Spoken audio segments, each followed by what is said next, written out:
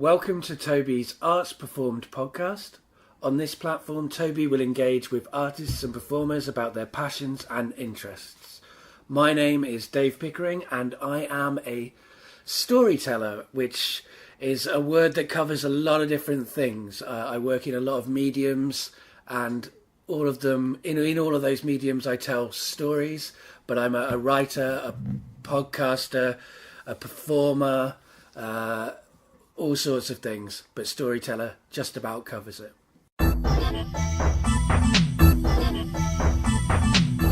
Hello everyone, and welcome to the 24th episode.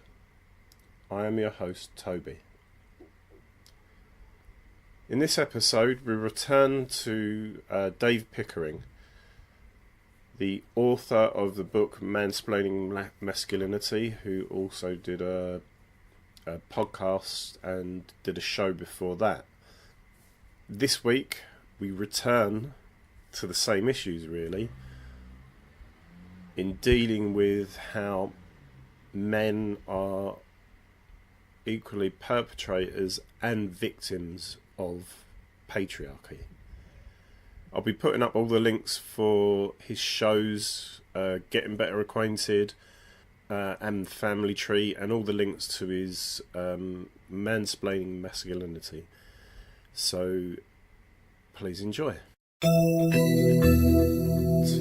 a lecture by Travis Alabanza. Oh wow! They're amazing. You know who I'm talking about. Their work is amazing, yeah. I kind of knew this a little bit, especially with trans people, that rates of suicide, domestic violence, hate crime is like through the roof with trans people in general. Yeah.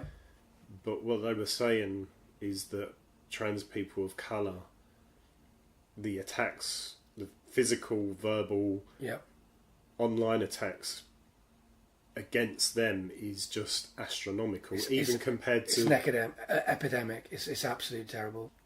When you realise that even though you don't associate with those people or identify in the same way, when you realise that you're trapped in the same system, you think, my God, this is terrifying. Well, that's, in a way, that's, for me, that was how, I mean, you know, in a lot of ways you can just trace back the creation of my show to the fact that at school I was othered in a way that people with my privilege often are not.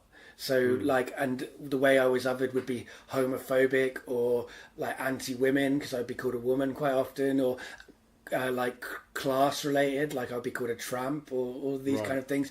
Even though I'm not any of those things, the way to make me lesser was to position me as all of these marginalised groups. And whilst there's a complicated thing that happens where you don't believe that it's wrong to be gay, but you also don't want people to call you gay, all of those kind of things that happened. One of the things it gave me is an understanding maybe of what it might look like to be a more marginalised person in society. Like I was spat at and kicked, and in walking through the school, that's how a lot of people live their lives, in wider society. And actually, as a, like you say, like I tick nearly all of the tick boxes of privilege. I get like some marginalised points for like mental health issues, but apart from that, I've got long hair, like really long hair for a man. I have purple glasses. It's funny that these really minor, tiny things really destabilize people's idea of what is right. So having purple glasses and long hair can get a lot of abuse on the street, right? Even though they're very mild things. You get abuse? Yeah, I can do. Like, okay. It's interesting because I had short hair and then I've grown my hair long again, and I found like, oh, here comes street harassment. I remember this. I and it's mild. Mostly people shout Jesus at me, which is kind of weird. Kind of aggressively, like people going Jesus in a really aggressive way. It's like you're shouting a figure of love and compassion at me as if it's an insult. But that said, like if it's bad, or bad to put it strong, if it's unpleasant, if it's not easy for someone with all of my privileges, if I'm just just nudging at the edge of what it is to be binary in terms of gender.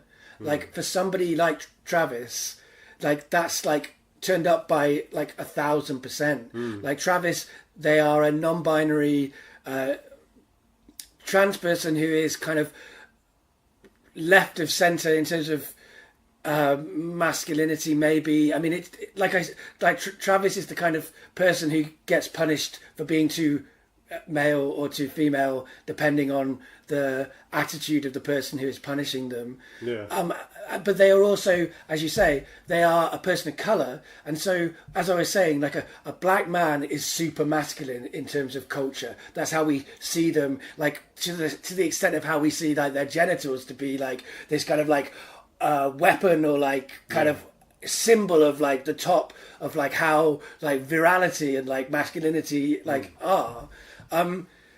So any black man that doesn't conform to rigid ideas of binary masculinity is like committing a worse crime than a white man who does the same, because of the fact that our society can only pass black men as masculine, and that's a problem for black men. Like that is a problem for all men.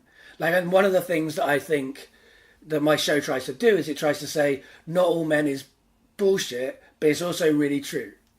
Like, what about the men is bullshit, but it's also really true. Both those things can coexist. We're all socialized one way, but yet to look at men and say we're all the same is erasing like black men, it's erasing trans men, it's erasing all of these people.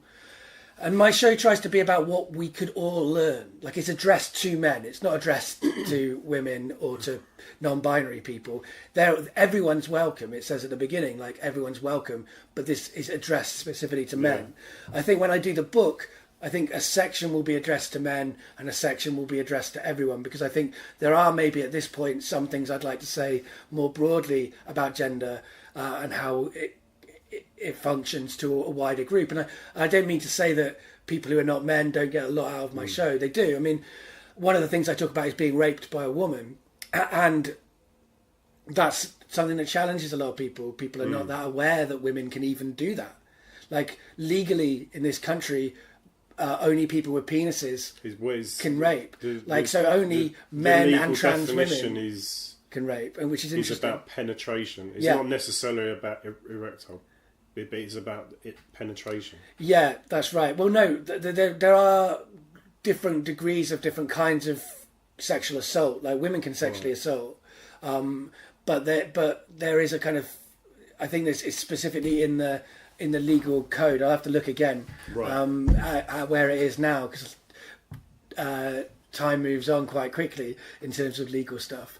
But there is a sense that like penetration, at least, is essential to rape, and that you can't be forced if you're forced into penetrating someone, that is not the same crime. Yeah. And there's an idea that men, there's an idea really around sex and rape and all of these things where it's like men can't not consent, because all men want sex all the time with anything, not even with anyone. Like there's this kind of sense that men can't control ourselves. Like, oh my God, there's a watermelon over there, we got to fuck it, you know.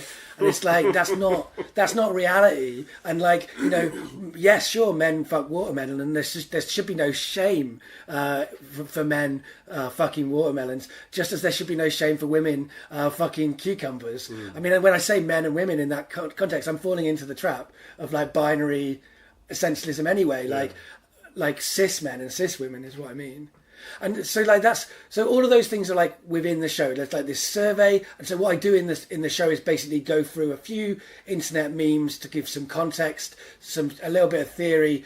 Then I talk about the survey and I answer the questions that the survey asks, and those questions involve me telling true stories about my life. So the two big questions in that survey are how has patriarchy hurt you? And then the second question is, how have you hurt people in a way influenced by patriarchy? And so it goes into that. It goes into all the ways I've been hurt by patriarchy. It also goes into some of the ways I've hurt people through patriarchy.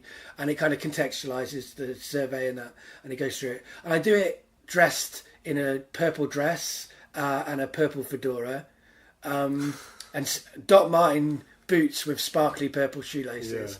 And I do that not as someone, I'm not non-binary. Maybe one day I will think that that's a term or a phrase I can give to myself. I'm not there yet. I feel like at this moment I have too much privilege. I benefit too much from being a binary man at least in the way that society looks at me. So I don't want to claim that label yet, although it's something that I do often think about and consider, like whether genderqueer or non-binary might be something I might be comfortable or want to define as in the future.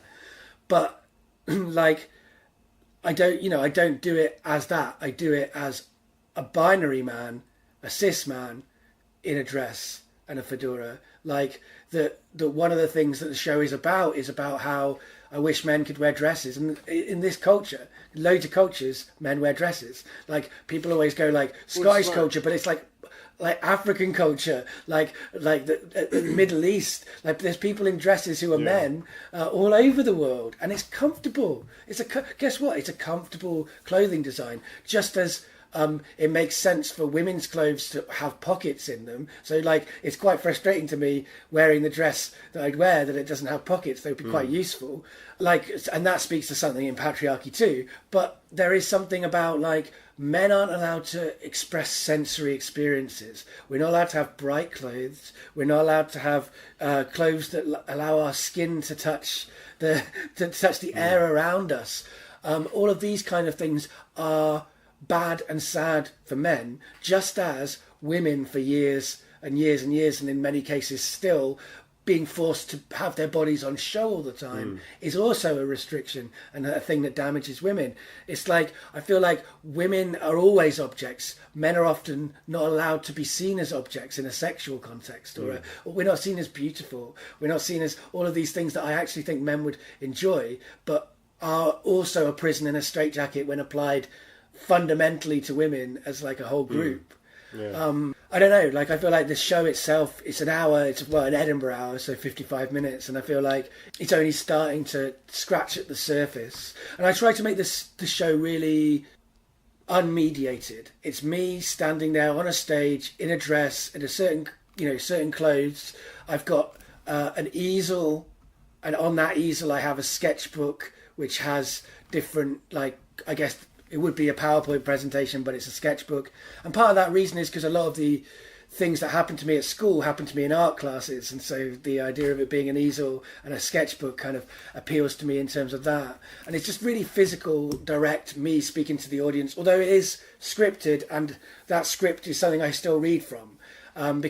Partly because I think it's part of the show, like men explain things using clipboards, so the fact that I've got a clipboard is not accidental. It's part of the semiotic meaning of the show, but it's also, the clipboard is there to give me a prop for example, I like to look at the audience's eyes at certain points in the show. I like to make sure that people are engaged with what I'm saying and that I'm speaking to them, but at the same time I don't want to narrate my rape experience, which is quite a graphic moment in the show.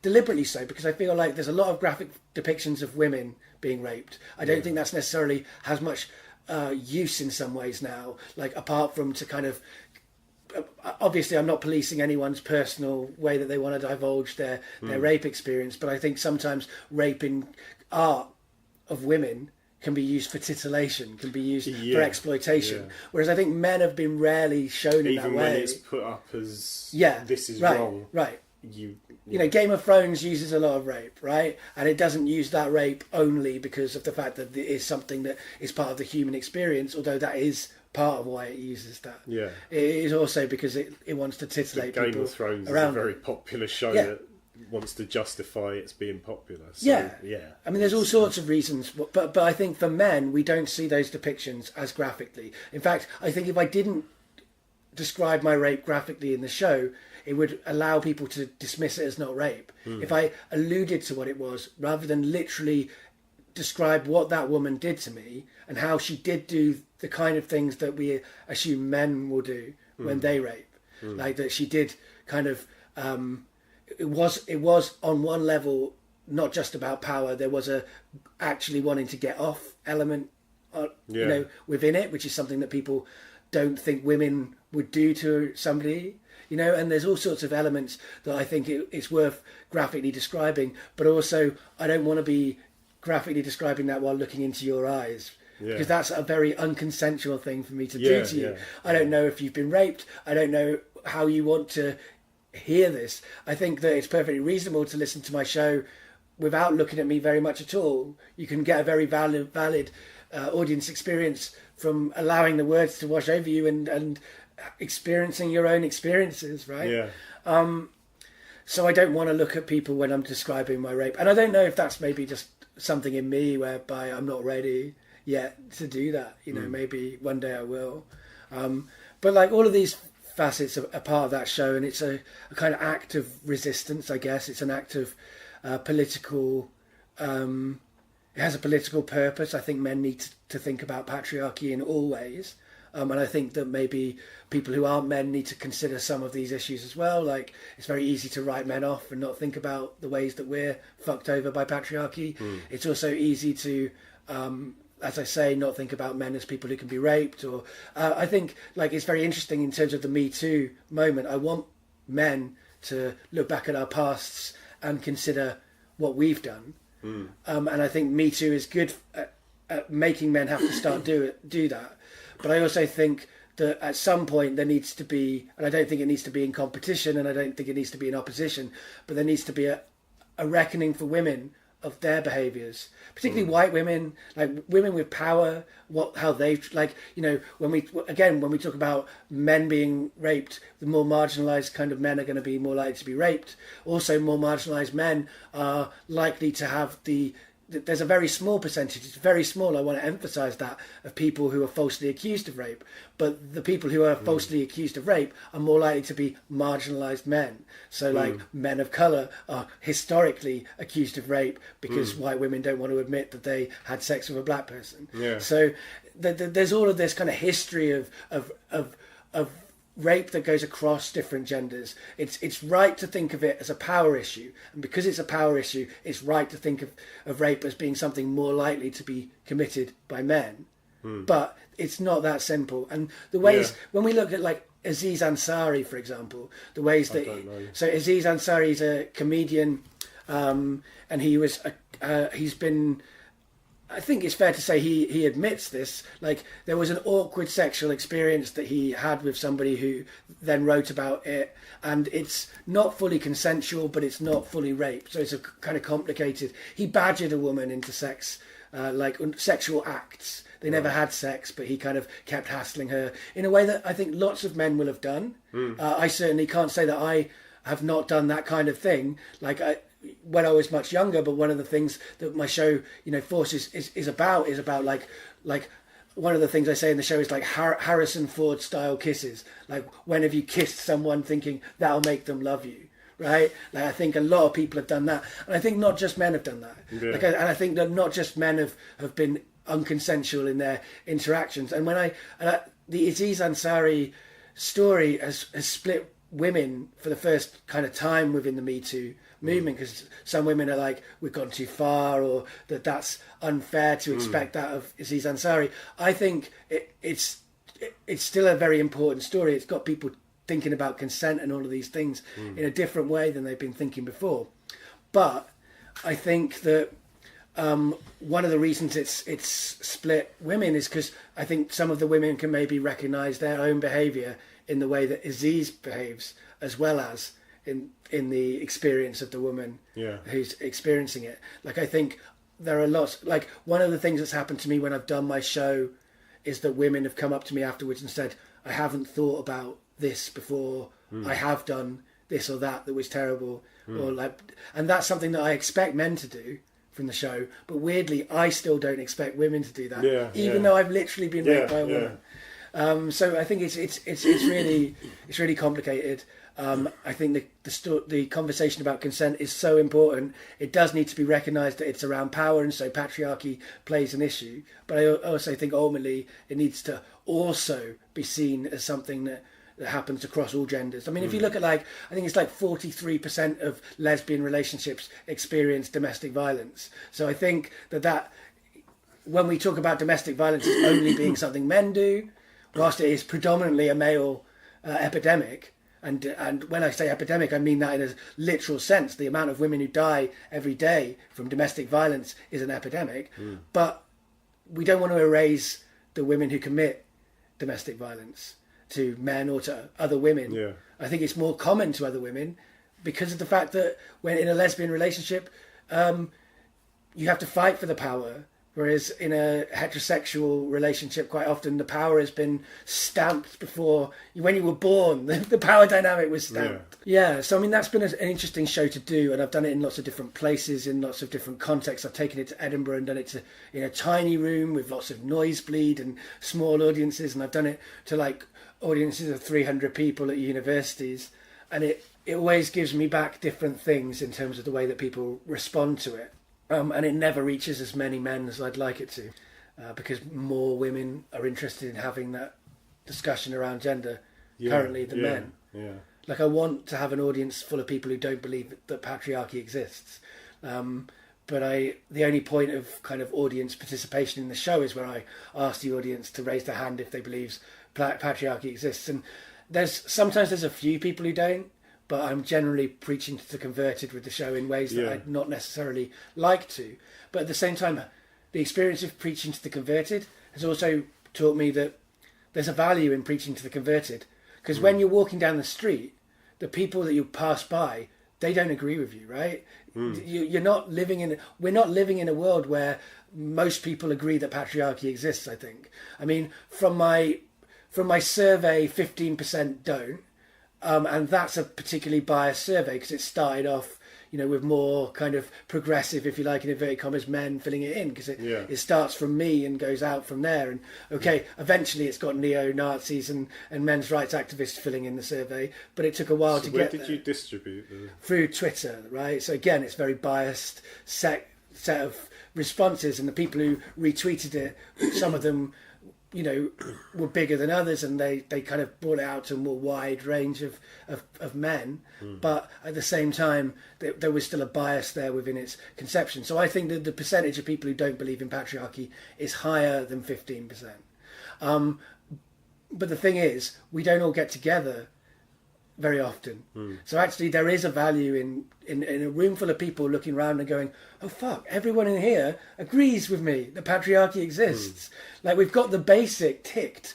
We can get on to the more complicated discussions around that because we all agree it exists. And actually it can feel very lonely, particularly if you're a man who cares about gender. It can feel very lonely. Like, you can spend all your time seeing men enforcing all the things you want to fight against, and having women be suspicious of you, understandably so, suspicious of why you're talking about gender. Are you, like many men, performing this feminism in order to get kind of validation or whatever, power from being a feminist as a man? So there's lots of legitimate reasons to be suspicious of men who are interested in gender, but men who are interested in talking about gender and breaking it down and deconstructing it have so rarely are in rooms where they're one of the converted. They're normally the one that stands out. And so I think there is actually a value. If you want to create resistance, you have to create pockets where people can come and talk about stuff. It's the same principle as having a safe space for women or for people of colour. In order for groups to feel like they're not alone, that there are people who think like them out there, and that they can talk about the stuff that isn't the basic.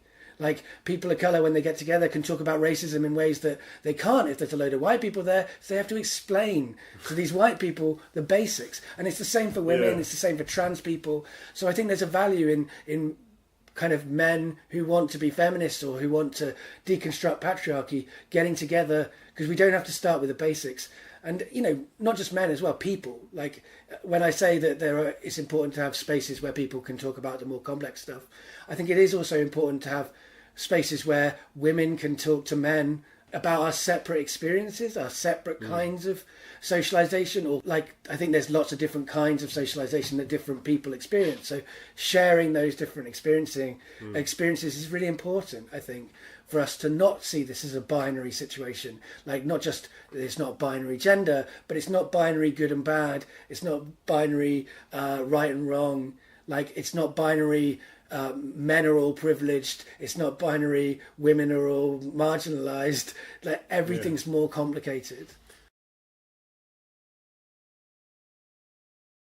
Move on to My dad. your dad. Yeah, my dad.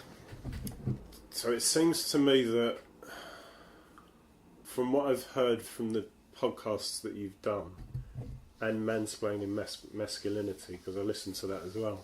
Yeah. It sounds like your dad is kind of a haven, a safe space for you to exist and express yourself in your own way. And it particularly, I'm really interested and intrigued and engaged with the recordings you put on when you were a child. Right. And it just seems like that you were saying something about fairies or something. Yeah, it was, yeah. Can you remind me of that? I think I was just creating a fairy land in my head, I think, and like there was a kind of fairy version of Christmas or whatever, and all of this kind of thing. Yeah. It was like what kids do, and I think it was recorded in January, so like Christmas was still in my mind. Right. Yeah. But I think, yeah, in terms of my dad, he is a very a different kind of man than a lot of the men out there. Like, he's someone who listens, who gives space. If he plays with children, he doesn't like to dictate the game. He likes them to tell him the game. And you know, when I was born, he was 58. So in my life, not in the life of my older siblings, but in my life, he was the one who looked after us. Like, he was the one who looked after the kids. My mum went out to work. He was the one who did the domestic chores. He was the one who did the nurturing. And my mum didn't do the nurturing for practical reasons of going out to work. She also didn't do the nurturing for psychological reasons of not being very able to nurture for complicated reasons, some of which my show kind of goes into. Yeah. So my dad has been a safe space, and he always has been, and he's been a safe space from society too, because he's kind of anti-capitalist, he's feminist in lots of ways, so alternative ways of seeing the world, like sitting with my dad. If you like, my original experience of being part of of that preaching to the converted safe space that can happen has been with my dad. So it's fair to say that he's been a safe space for my life. It isn't uncomplicated, in that my dad is still been socialised as a man, so he might not exhibit the classic behaviours of a patriarch, but he has still been patriarchally influenced. I mean, he was born in the 1920s. Like, what can you expect in some ways? In some ways, he's been very every point in history he's been progressive for that moment. Like, he was progressive in the 60s, he was progressive in the 20s, he was progressive in like the 80s. But you know, I think the last, like when I introduced him to the concept of intersectionality, he loved it. He was very excited by it. But maybe that's the last kind of progressive thought that he could entertain before he became someone who has dementia, which he has now. He's now 94 the other day. So in my personal experience of my dad, if he is a safe space, he no longer is. Like, he was until a certain point of his age. And now he is a different person. Now I look after him. Now he can't travel with me as far as I can go. Like, I find myself looking back and seeing him stuck, you know, rather than him walking with me through thinking and us influencing each other. I mean, he bought into certain things that I think are quite patriarchal, which I've also bought into, like the tortured artist idea, the idea of like the romantic futility of the underdog, the kind of sense of like the only person who understands in a crazy world, all of these kinds of things. And also like certain kinds of romance. Like, he certainly, as much as he's a feminist, he is not someone who I think always sees women as fully rounded human beings. I think sometimes he sees them as better than men quite often, and like he romanticizes women in certain sorts of ways, but he also romanticizes his kind of relationship with women. Like he's the kind of person who falls in love in a way that hurts a lot of people. Like he leaves somebody for somebody else because he's incapable of controlling his romantic feelings. Right. All of which, they're all scripts given by society. Yeah. At the same time, he was in an open relationship back before it was cool, if you like. So he's influenced me in that respect. I also have an open relationship, but in many ways, when me and my partner opened up our relationship, we did so informed by the mistakes that he had made in different moments when he'd been, when the way that he approached it was framed by this kind of binary idea of men and women, and like women being mysterious and unknowable and all of these kinds of things that is bullshit, that are bullshit ideas. So it's not like he's like the perfect progressive man, but who wants perfection? He's always tried, he's always learned, he's always listened, he's changed his perspectives, he's always open to being criticised. I can have these, or I could before he became as he is now, I could have very critical conversations with him about him and his past, and he could address that. And he's always been a writer, yeah. So an artist on some level. He was a documentary filmmaker as well. So he also worked in a few different mediums, which has encouraged me to work in different mediums. I mean, my mum is also she does visual art, so it's not fair to say that whether it's nature or nurture, it didn't all come from my dad. Yeah.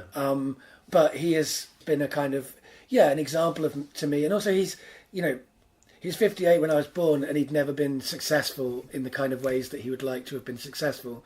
He's now 94 and he's never been successful in those ways. And so he's been an example of like how persevering as an artist is kind of worth it, but also it might not pay off. Like, even though he doesn't believe that, like, he still talks, anytime I have any kind of success, he's like, this is going to be a bestseller, this is going to be a big thing, you're going to make it big. Like, he still thinks in those terms. He has not learned the lesson that he might have done, which is that it doesn't matter if your art is great, there's still a load of other things that are factors in whether that greatness, if you like, whatever greatness means, will get out to other people, will reach an audience. So how has your dad and your upbringing and your relationship, how has that directly influenced your art? Well, for a start, it was always allowed to be thinking about ideas and stories and creatively approaching anything. That was always like encouraged and allowed. It was something, from a point of view of like, you can even say like my interest in audio goes back to like story tapes that my dad recorded for me as a child. Seeing like him press record on the cassette tapes and those kind of things was kind of a precursor to me thinking in those kind of terms. And again, like video and film, like when I studied film studies at A level, my dad had a cinema veterans card, which means that him and somebody else could get in for free, only on weekdays before 6:30, so it became very restricted. It was once it was any time, but still, when I was a teenager, I would go to see films with my dad. We would discuss them, like that idea of like praising art, of being critical, of like working out the politics around them. All of those things come from my dad, really. I mean, and they come from like being like, someone who read the Communist Party manifesto as a teenager, because my dad suggested that I didn't necessarily blow me away in the ways that my dad imagined, because the thing about those pieces of work that trailblaze is that by the time you read them 50, 100 years later, they're not trailblazing anymore. No. They're just telling you something that you've heard other people say in a more accessible way to you, because they weren't like old people writing about Russia. So it opened up the possibilities to these things. I mean, the kinds of books that my dad, like my dad read me, like he literally read me the Iliad and the Odyssey, like big world building stories. He read me The Lord of the Rings, and that was the first time he'd read it. So it was like a kind of symbiosis of he read it and I read it for the first time together. He read it when he was old enough that his eyebrows were bushy and he looked like Gandalf. Do you know what I mean? Like, and that's a book as well about lots of old men dying. There's a lot of old men dying in that story. So it was a complicated thing to be read to by your old dad who will one day soonish potentially die. I mean, I'm 36 now and he hasn't died, so I've been in constant state of surprise about that. Like, I literally thought he would die in my teens. You know, he had a quadruple heart bypass when I was 15. He had a heart attack when I was 6 years old. So in those ways as well, he influenced my like sense of like wanting to make work about death or sadness. Like, I used to do a night called Stand Up Tragedy. A lot of that came out of probably just having an old dad and just that being very present in my life. I mean, and also like, you know, the things that he was into, like Leonard Cohen or Shakespeare or you know, just lots of the things he was into, as much as some of it I really reject. Like, I'm not into like Norman Mailer and a lot of kind of toxic masculine figures that he aspired to as a person who was born in the 20s. He's also been the person who introduced me, like, as a kind of young teenager when I lived in Coventry. He would go out to poetry nights. He would take me out to poetry nights by a poet called Amril Johnson, who was writing about the black diasporic kind of experience. You know, I had like a poem by her on my wall when I was a kind of middle class white teenager that was all about like how terrorists and freedom fighters are called, that, you know, are framed by different cultural perspectives, and that someone who might be called a terrorist is actually potentially a freedom fighter. That's quite unusual for my demographic. And all that came from my dad, and he's always supported my work. He's always been my first reader, my first critic, although he's not as critical as I might like from a critic, because he loves me and loves what I do. So like he's often been, you know, in some ways you could also say like he encouraged me that it was possible, which is in some ways a lie. Like like this idea that a lot of kind of more privileged people can have of like anyone can make it. You can, you know, if you're talented, it will be recognized. I think that's a myth. I think but it's a useful myth to believe for chunks of time, because it means that you actually think you can, you think there's a point, and by the time you realise that there are all these other factors involved, like luck or public opinion or like just so many factors. If you're really realising what that talent, or what does talent even mean? Isn't that just a hierarchical system that we're imposing on ourselves anyway? Intelligence similarly is a hierarchical system that is full of bullshit. But like having that possibility alive when I was growing up is something that my dad gave me, for good or ill. Sometimes, you know, that is a source of, like I say, like that's a source of frustration. Like when you've been taught that you can make it and you don't make it, it's quite frustrating. You also mentioned your mum's art. Yeah. The visual art. She's an interesting artist, if you like, because, I mean, she was a nurse, and then she was a social worker, and then she worked within charities in terms of her career. So her art has not been part of what she's done for her career, but it is something that she did as a teenager, did periodically as an adult, and now she's retired. That's, you know, her main focus is to make visual art and to make music, because my dad's not musical as well. So if you look at like the different genres I work in, like music and some kinds of senses of visual art, although my brother's the visual artist, I don't draw, but like ideas around emotionality in art come from maybe my mum. Like the idea of like, my dad is very much a systems guy to the detriment of his work.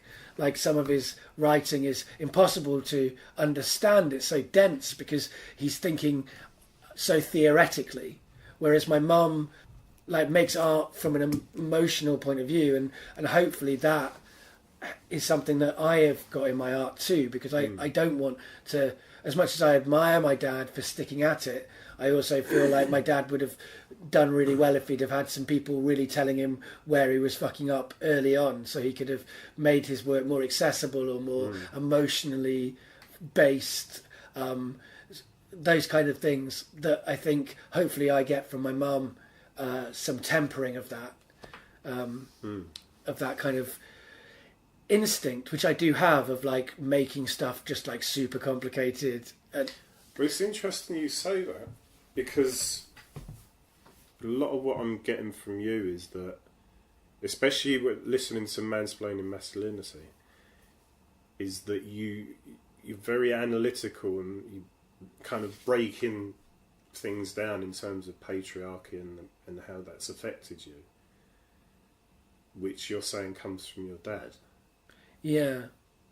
But you also got that, there's a very definite idea of the way it's made you feel, the emotionality.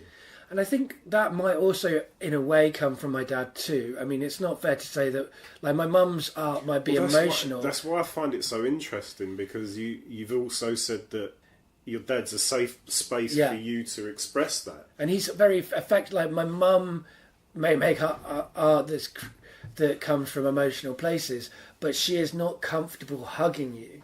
Right? When my mum hugs you, it's like you're being kind of hugged by like a robot that has got an idea of what a hug is like, but she doesn't feel comfortable putting any weight behind it. It's kind of like you're just being wrapped by two arms. Whereas my dad is emotionally literate physically. Like, he would hug me, he would kiss me. Like, me and my dad still, kiss each other now. And again, that's kind of not that common in certain branches of masculinity. So he definitely has all that. But he's never put that into his work. That's the thing. So maybe it does, both of those sides do come from my dad, but they don't come from my dad's work. His thinking and conversations we've had about analysis of politics or whatever have really influenced my work, and also the conversations that we've had about love and friendship and those sorts of things have also really influenced my work, hopefully.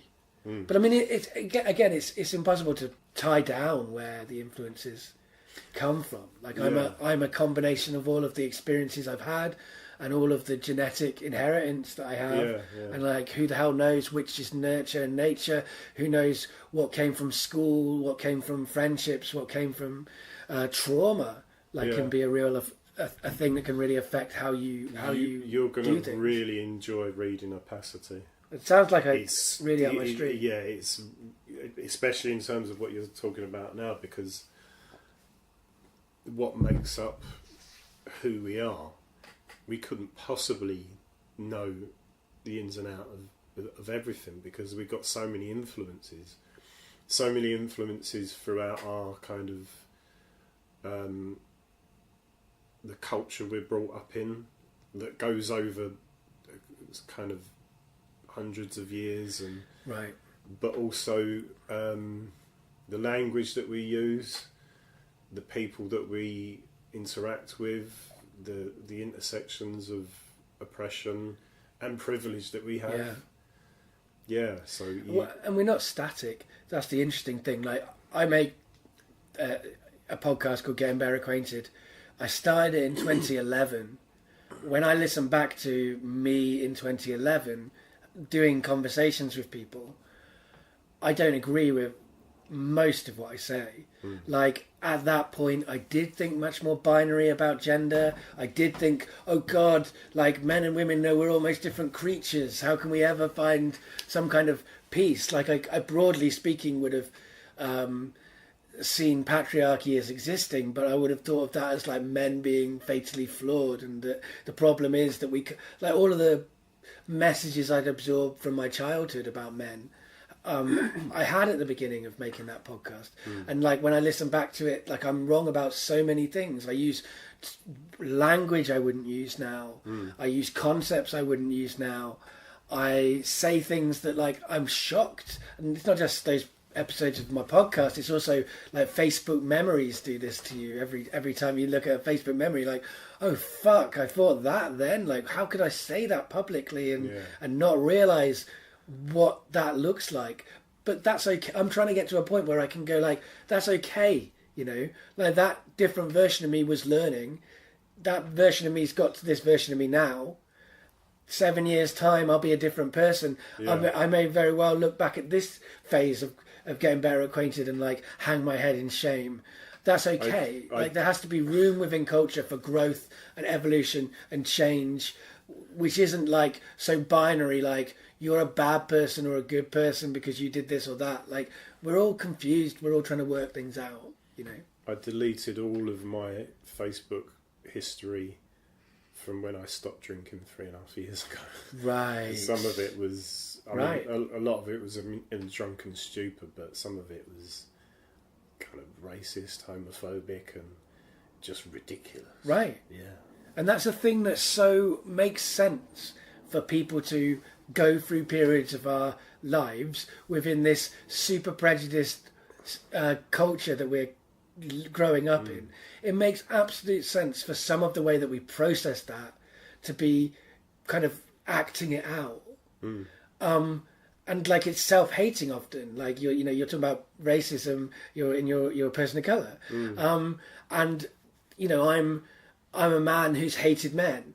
Like there are these ways that we kind of have to act out some of the messages that we get, like particularly when we're teenagers or young people, like, and that's not to say people don't get hurt as a result of us acting those things out. There's plenty I feel guilty about, or at least I feel accountable for, because I think guilt's not that useful. Yeah. But there's plenty of things I've done that I wish I had not done. There's plenty of ways I've hurt people, things I've said that have not been acceptable. But I don't think that that means that I should be written off. And we're seeing this, you know, online a lot of the times. Like there was the first Muslim model for a L'Oreal campaign, and then they found her saying some pretty reasonable things about the state of Israel, which were considered to be anti-Semitic, and she had to kind of, you know, she quit and all of that stuff. And it's like, I didn't know that was about her comments on Israel. Because I didn't know much about it. I just thought she quit because of being criticised for being a model with her. No, I mean, it wasn't that. It was because of comments that she'd made. And we see this with like Stormzy as well, was like attacked for making homophobic and racist comments in the past. And like him now wouldn't say those things. Actually, on your list of influences, you had John Ronson. Yeah. He did a TEDx talk, and I expect you know it. Are you being publicly shamed? From that kind of It's about era. that. I can't remember the details, but there was a woman that before she went on holiday, she wrote this post. Yeah. And it was kind of quite racist. Yeah. But when she found the post being retweeted on Twitter, and the abuse that she got, it basically ended her career. Yeah, it did. Kind of almost. And it's complicated. So there's a few things I think around this. Like, I love John Ronson. The piece of his work that I have the most problems with is his book on public shaming. Not because I don't think there's important things to write about public shaming, and not that I think that his book doesn't hit on some of those things, important things. It does, but I think that when we think about public shaming, we have to think about power dynamics as well, and we have to think about who is the most damaged by public shaming and who isn't. So, like, for example, in that book there is a situation where two white men are publicly shamed by a black woman, and the real story for me there is that black woman got much worse public shaming as a result of publicly shaming those two white guys than like, and she lost her career too. She had other problems happen to her that I think, you know, and she criticised the book because it didn't tell her side of the story, and I think that is a flaw. And I also think we need to think about power in terms of, like, sometimes public shaming might be the only recourse that people without power can find justice. That sometimes some people are publicly shamed for legitimate things that are shameful, right? At the same time, I think we need to also remember that we're all people, we all develop, that Stormzy may have said things in the past and he won't necessarily agree with them now, that model may have said things in the past that she doesn't agree with anymore, although also we need to not overreact. Like the things that she said about the state of Israel didn't cross any lines into offensiveness in my view, so I don't even think she needed to apologise for that in the first place. But I think that public shaming it's a complicated thing. Obviously, it's not ideal, but if we don't have any real forms of justice, it's understandable why people would resort to calling someone out, like saying that thing is bad. And also, one of the things I really think we need to keep in mind with public shaming, with Me Too, which is a form of public shaming, right? The Me Too campaign, for the individuals that it's accusing, is publicly shaming them. It's not legal. They're often not going through the legal system, quite rightly, because the legal system is biased and doesn't give justice either. See, I don't know too much about this, the Me Too movement, but are they actually accusing, specifically specifying people? Individuals, yeah. Well, to be fair... Or are they saying, this happened to me as well? Well, people are saying this happened to me as well, but sometimes they're naming the actual person who Right. perpetrated it. I mean, when we talk about the Me Too movement, we're talking about the resurgence of the Me Too movement. It was actually created a while back by a woman of colour, but it became popularised when actresses who weren't black used it to talk about their experiences recently, quite rightly. But we shouldn't erase the black woman who started the hashtag. But similarly, publicly shaming men as a group, even if you don't name individuals, is what is happening with Me Too, quite rightly. I don't think shame is a useful emotion, but it might be a useful process to go through initially. Like men need to have some shame about our collective behaviour. Like street harassment should shame men who don't commit street harassment. We should feel ashamed that we maybe contribute to a culture that leads to some men thinking that's okay. Like I get what you're saying, but I think there's a problem there that, going back to what you were saying earlier on about men being subject to patriarchy, the concept of men owning up to and taking responsibility of their own patriarchy, I think there's a danger of kind of ignoring the fact that we are subject to patriarchy. Yeah, no, I agree with that. This is it. I want there to be a discussion around this, that where we can acknowledge the pain and the suffering that men have caused without thinking that means we should write off individual men. Like, there is a problem, and I talk about it in my show, of like, if you have too much guilt, like, you have to forgive yourself to move on. In order to be a better person, you have to forgive yourself for the things you've done in the past. If you spend all your time wallowing in guilt and shame and all of these things, it becomes a different kind of oppression that isn't useful for helping everybody. But I think that with public shaming, it's just a very much more nuanced discussion that we have to have. Like, we have to find ways of being compassionate to past versions of ourselves, whilst at the same time not aligning that with, like, Harvey Weinstein, who did absolutely terrible and unforgivable things, and does as an individual need to be in some way kind of called out, because his power has been what's allowed him to exploit people, and that the only way you can diffuse that power is to do that. And also, one of the things that we talk about a lot with public shaming is, oh God, that man or that person, that white person or whatever it is, whatever group they are, like, they've lost their job.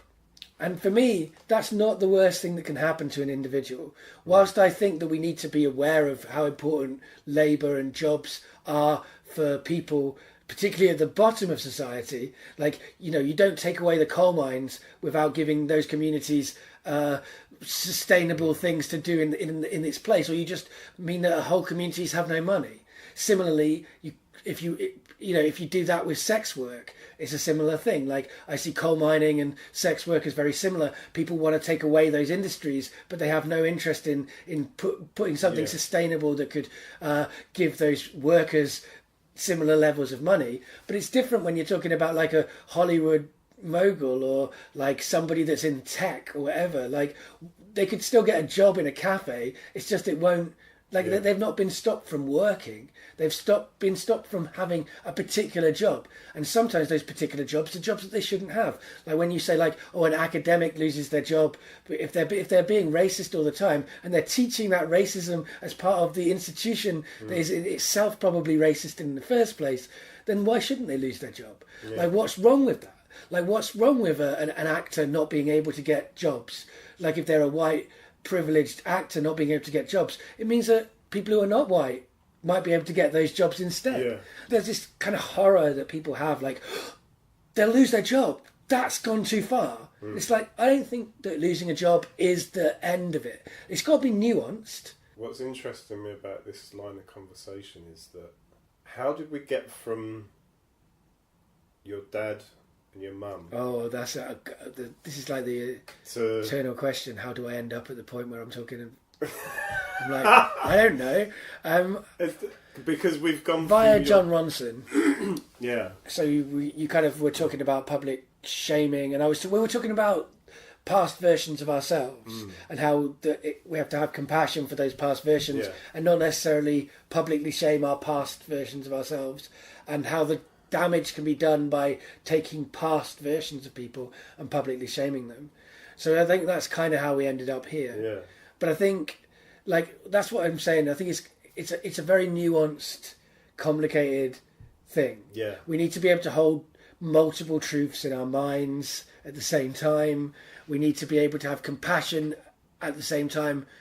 Compassion and forgiveness doesn't always mean shrugging our shoulders and saying that's okay.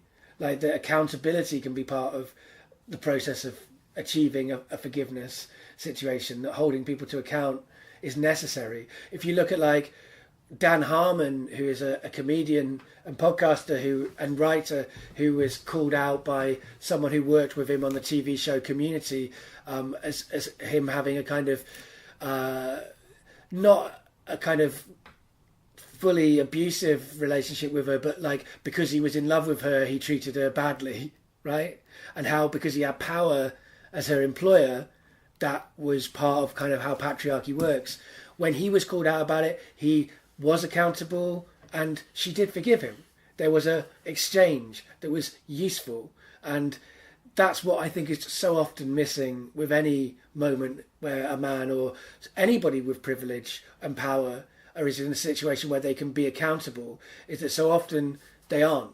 They don't apologise properly. They use their power to keep them still protected. They have lawyers who will go out and protect them, and it's the people who are most marginalised who get hurt by public shaming in the most serious ways, because they don't have those power systems to protect them. And I think that's something that we need to keep in mind. That it's like if you're talking about how people should not call Donald Trump fat, right? It's not because Donald Trump is damaged by you calling him fat. He doesn't care. It's everybody that's fat who isn't Donald Trump, that when you use these phrases that kind of shame and humiliate Donald Trump for being fat, then you're basically hurting all fat people. And that is where we need to get to. We need to think like sometimes in the ways that we can legitimately fight back against powerful people, we can create conditions that can harm marginalised people, and we just create a new set of weapons to be a new way of bringing someone down, and that will be applied to the people with the least power the most. So that's the complexity of it. But I think that I was disappointed in John Ronson looking at public shaming because of the fact that he is so empathetic. He's such a good person at looking at everybody's perspective, that I felt like because he's someone with power. Empathetic. Oh, that's interesting. I understand why you're saying. I think he's very clever and he's very observant. I think he's got empathy, but I don't think he's maybe as empathetic as you think he might be. I guess he's very creative, and he creates things, and I don't know how much of that he's actually. I think he's working basically. Well, I guess that's true. I mean, and what it exposed to me was that you know, that when you admire someone, you can forget that, I guess. And so for me, it was like, oh wow, in this book I can see that his positionality as someone with a big platform where people are always attacking him makes him kind of biased in how he looks at this, because he instinctively is going to sympathise with someone who's torn down by the masses the way that he often is, and as he's been. Like he was publicly shamed as a result. Like people tried to utilise kind of Twitter swarms and all of those things against him in terms of that book. And I think that that's not really very justifiable, but I do think that it's understandable. And I think that's one of the things that we need to kind of understand. Like, I don't believe in violent resistance, partly because I think violence often creates violence, and it will create a new system that will be violent. But I do believe in self-defense, and I do think that there is there are sometimes arguments where someone can be seen as attacking, but it's actually self-defense. If someone is being continually marginalized and they fight back, just because the violence they've been experiencing before that was not physical violence, doesn't mean that they're not responding understandably to violence. And I think we need to keep that in mind. We need to not write off revolutionaries because they were violent. We need to not write off individuals because they were violent. My mum was very violent to me. That's one of the things that my show is about. But I think that understanding why she was violent to me, understanding why my stepdad was violent to me, understanding why the people who at school were violent to me, understanding those things is part of the solution. I do believe that intention isn't as important as action, because the way that people act is what we are affected by. But if you want to stop those actions, you need to find out what the intentions were behind them, because that's part of how you cure them. And so I think with public shaming, with all of these things, it's all too binary. It's always that's wrong, that's right, that's justifiable, that isn't, that's understandable and reasonable and civilized behaviour, and that is uncouth, illogical mob mentality. And those binaries are bullshit and need to be broken down, I think. So, as a final point, let's go back to what you said about sort of people that are not acknowledged how they're marginalised and how they should be, like the Me Too movement, how they should be considered. So let's put them against people that are the oppressors, people that are the attackers, people that create the Me Too movement from the other side, right? And that they should lose their jobs and they should be accountable. Yeah. What happens to them afterwards? Well, that's the complexity of it is that I'm not saying they should lose an ability to make income. I'm just saying that their powerful positions are not. They're treated like. When we talk about them losing their jobs, sometimes it sounds like people are talking about someone who's financially desperate suddenly being thrown out into the wilderness. That's not what's happening. But in terms of those... So the majority of people who create the circumstances that requires the Me Too movement are not Harvey Weinstein. They are complex individuals who are both hurt and hurt others. It's not as simple. People want to use those monsters in inverted commas who are humans. Weinstein is a human. Doesn't matter how bad a human he is or whatever. He's still a human. Humans do these things. Ultimately, we're collectively responsible for the violence and oppression that humans do. But we don't all have the same power to oppose that oppression. But also, we're all both. We're all oppressors and oppressed. For a start, as you kind of have alluded to, the privileges of people who are marginalised in some ways can be ignored within society. So there's plenty of people who have power, but they don't realise they got power because they're like me, coming out of secondary school thinking that they're only ever being oppressed and not seeing the ways that they oppress other people. So I don't want to see that as a binary. I don't want to see it that way. And I think almost the issue of whether people have employment or not is a different question. It's I believe that, I don't know, universal basic income or some kind of way of abolishing work would be the ideal, right? But since we have work and we have this situation, then I think it's fair to say that people who are repetitively abusing their positions of power should be removed from those positions. I think that is an understandable, pragmatic approach the ultimate goal might be to get rid of work for me, or to get rid of, work. It means a lot of different things to a lot of different people, but to get rid of the requirement for people to work for other people is something I would like. But I think that binary them versus us thing ultimately is not how I think anything is experienced. I think women are as important to creating patriarchy as men. There have been many women in my life who have told me to man up. There have been many women in my life who have done violence to me. And there are many women who do violence to each other the same way that men enforce our system on each other. Women can enforce femininity on each other, or the opposite of that. They can say, like, you're too feminine. Like, there's a lot of just general prejudice against anyone who's feminine, whatever that means in society. I mean, weirdly, I always come back to an old white physicist, Niels Bohr, who, when talking about the way that particles behave in different ways, like sometimes they look like particles and sometimes they look like a wave, depending on your frame of reference. In the Copenhagen physics experiments that was happening there, he says that there are trivial truths and there are profound truths, and the opposite of a trivial truth is a lie, but the opposite of a profound truth is a profound truth. That both of those things exist at the same time. So humans are the worst, we're also the best. Men are the problem, they're also the solution. Like, we're really afraid of having two existing truths and holding them together and saying that, or more than two. We're afraid of plurality of truths. And I think that ultimately, in terms of art, like, art can't help but create plurality of truth.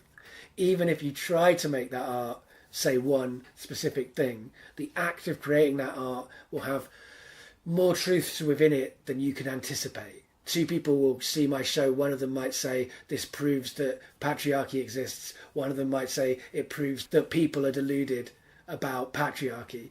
Those would be two readings of that show. Those truths are both within that show. I agree with one of them more than the other. That's how it is. You can't make art and it say what you want it to say. It's a thing. It's organic. It creates its own meanings. It creates its own meanings with context of all other people. Again, like another, white person theory that I like, or created by a white person, is the death of the author. That everything that we do, exactly. Yeah. And also Foucault talked about death of the author in a different way too. But Roland Barthes and Foucault were the dudes that I was thinking of, by our old white dudes.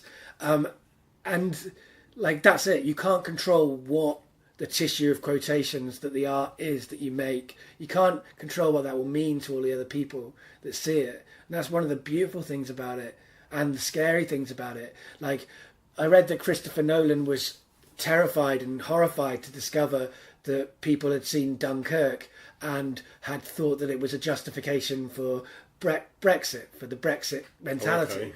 Okay. I was not surprised by that, because I think that watching Dunkirk, I just felt like I was watching a piece of terrible propaganda for the British Empire. But obviously, that's not what Christopher Nolan thought he was doing. Yeah. But that is what some people saw. Yeah. And you can't control it in good and bad ways. So you can make some art and someone will see something in it that you didn't realise was there, and you can like that better than what you meant. And you can be like, wow, amazing. Yeah. I like that better. Like, that's amazing. It's more than I ever thought this piece of art could be. But then someone can turn around and say, yeah, that's why I saw your show about masculinity, and that's why I voted for Trump. You just don't know. Yeah, you just don't know what you're putting out into the world, how it will affect people, and I think that's okay. Yeah. I'm comfortable with that. Once again, a fascinating guest with loads of interesting things to say. You can find his podcast of Mansplaining Masculinity in the show notes below. You can also find his podcast series Getting Better Acquainted, of which I'm one of the guests, and The Family Tree, which is an improvised drama, which is brilliant as well. And I'll put them up on the podcast show notes. Next week, I will be having Anidruddha Das, also known as Dr. Das of the Asian Dub Foundation, where he talks about racism, political activism, and the Asian Dub Foundation, as well as his solo projects, of which there are many. Also, we'll be talking about his photography as well. So, see you next week.